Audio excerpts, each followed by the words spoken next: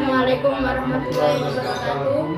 Hello, my name is Hana Dwi Oktavia. My name is Erina Sholikhatin. My name is Surya Syafrudin. My name is Ferdi Ardiansyah. This time we will show you how to make tomato juice. The material used are Oil, tomatoes, 2 tablespoons of sugar, 300 ml of mineral water. and the tools are used. The tools we use are blender and glass. how to make it. Freeze wash the tomato and then cut into fresh tomato juice.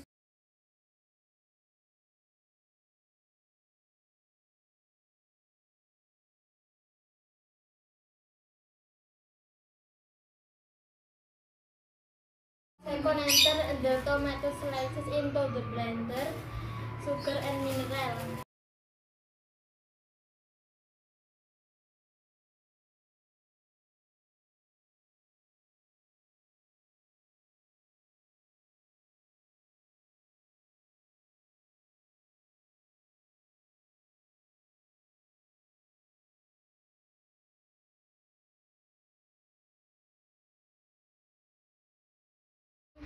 the blend until smooth.